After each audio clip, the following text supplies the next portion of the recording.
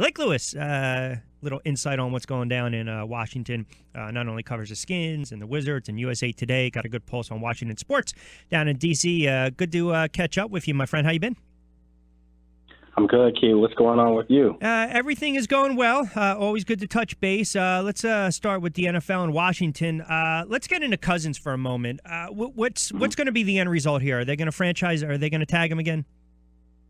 I actually think they're going to sign him to a long-term deal. I just think that the whole conversation is getting old, and whether you like Kirk Cousins or not, the bottom line is he's thrown for 4,000-plus yard seasons, almost, threw for 5,000 this year, and that just doesn't happen in the NFL every day. Regardless of what the system is, if it's a pass-first system, which it is, I think any quarterback can put up good numbers, but he's put up great numbers. I don't think he's a great quarterback, but I think he has the potential to grow into one. So I think they just need to re-sign him and get this whole thing over with. Because, Q, as you know, this team's been searching for a quarterback, a long-term solution at that position for almost 3 decades now. Yeah. So you have a guy that's proven he can play it.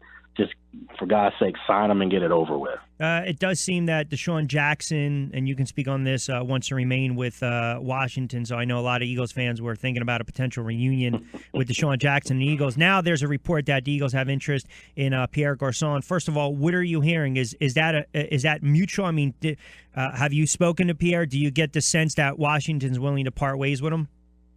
I think they're willing to part ways with both of those guys, but I think they would like to try to keep one, if not both. I mean, there's still a chance that, if they can get a long-term deal done with Cousins, then the way you can set up that structure that deal, it can be friendly for your salary cap, even though that he's going to make a lot of money. But when you franchise him, then obviously you're going to have to pay $24 million, and that's going to hit your cap. So the point is, I think if they can get the long-term deal done with Cousins, then that predicates what they can do with Jackson and then with Pierre. Your team that your market covers up there, they need a wide receiver. I mean, Jordan Matthews is pretty good, but they don't have a home run threat. I don't think Pierre fits the build of what they're trying to do there. I think Deshaun would be perfect.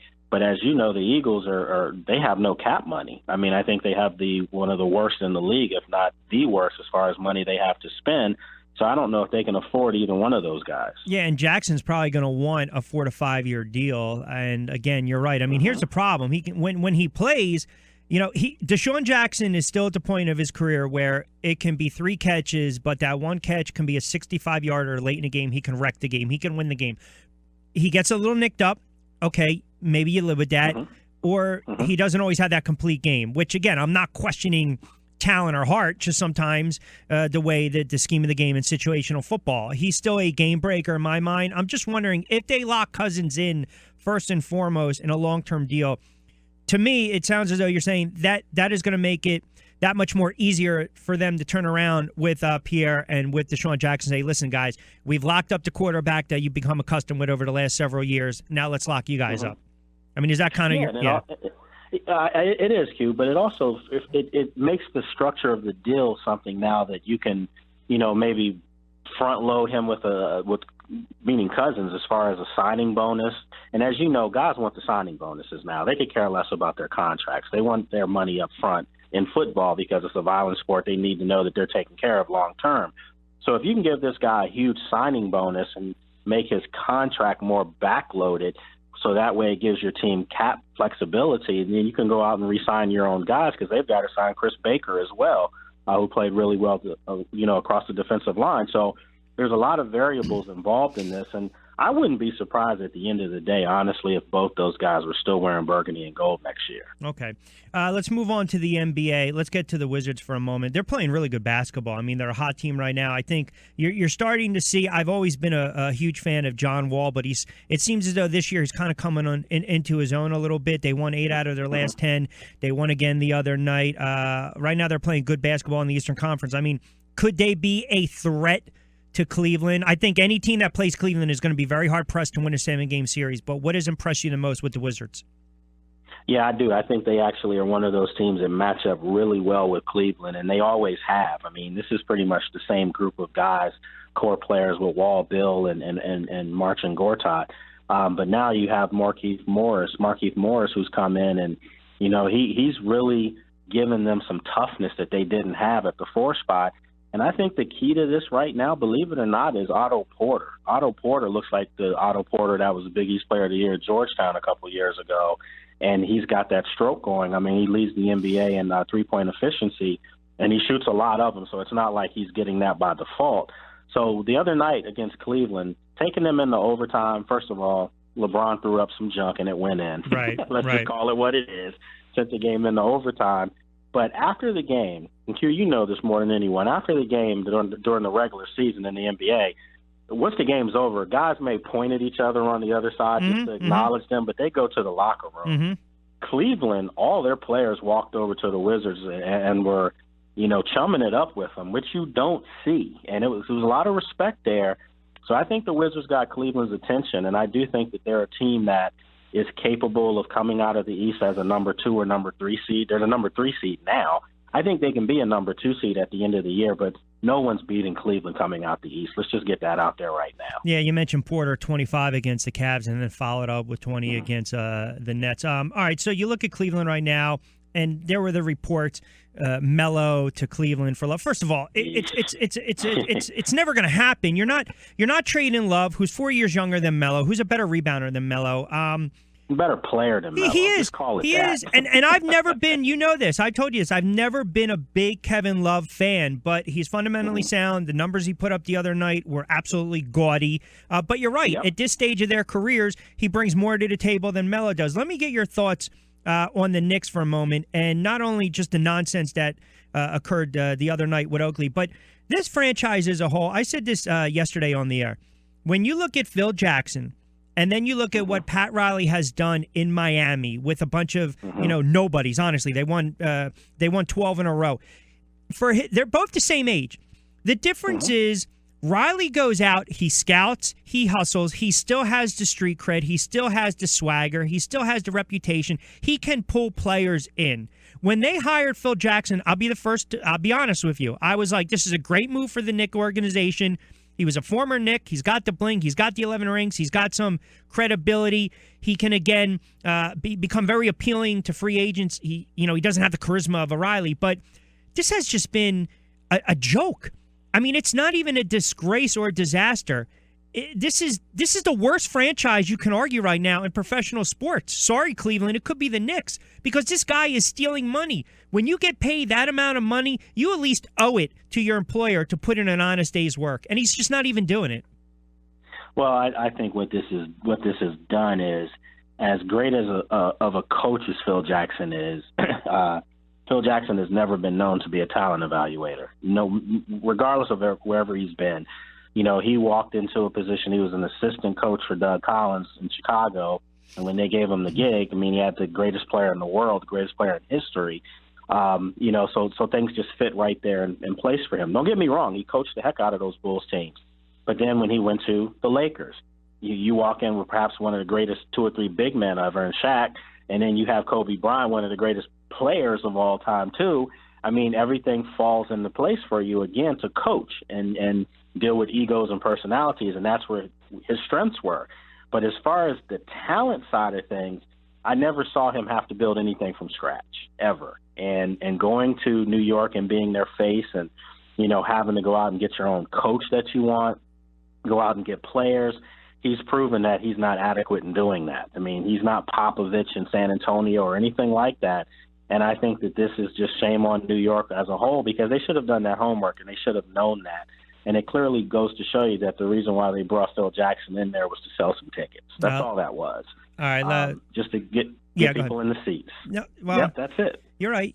It's just been a horrible time for. I know it kills you because it does. That's your guy. It does. It does. It's horrible to watch. They're a disgrace. He's stealing money, and they look bad.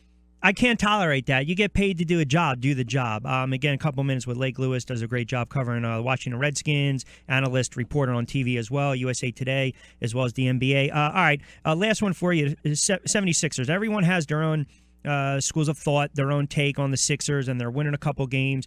They've been able to win last night on the road, which is always tough, even though Orlando is just as bad as they are. But you give them credit for getting the win last night late. The whole issue with Embiid. We were talking about this the other day. It seems as though you want to sit Embiid, whether you believe he's hurt or not. Only the Sixers truly know that. And I'm not suggesting that the kid's dogging it or they're being too cautious. But if he's healthy, he should be out there because I think you rob the fans of the present. Now you want to give Okafor, you want to give him some more burns just so you can showcase him a little more. Come on. Everyone, right. Of course. And now, yesterday, Colangelo comes out and says, well, we're hoping to get Simmons and Embiid on the floor at the same time sometime this year. It just seems to me that there's no rhyme or reason still with the franchise, and they're not going to come out and say they're tanking, but the priority is not winning. And I'm just wondering, from your take and covering the NBA as long as you have, what's the sentiment on still what they're doing? And do you think it's more of a scapegoat, sit him a little bit, and then they can throw out Jahlil Okafor a little more and just kind of showcase him? Or do you believe that, ultimately this franchise still they're still not getting it? I think it's a combination of everything you just said, actually, Q. I think that they are being cautious with Embiid. I mean, you saw the games where the guy would just land, awkwardly on his knee. Always. Always, right. It just looked like something wasn't right with him. And so his leg looked weak. So I get that they're being cautious with him because when he's played, he's been great. I mean, he's played at an all-star level this year. Absolutely. The thing with Simmons, they want to make sure that he's okay health-wise because let's face it, the Sixers, from what family tells me that lives up there and you being up in that market, they've got a little bit of a buzz again. They do. People are excited about Sixers basketball and a basketball town. So with that said, they want to make sure they don't blow this again. I do think, though, there is subconsciously a little bit of, hey, look at what's out there. You have the kid from Fulks from Washington. You have the Malik Monk from Kentucky. All these young guys that could really come in and give you guys a two-guard that I think you would like to have. So I'm not saying they're tanking it, but I'm saying that they're not trying to necessarily make the playoffs either. So you figured out that one out on your own.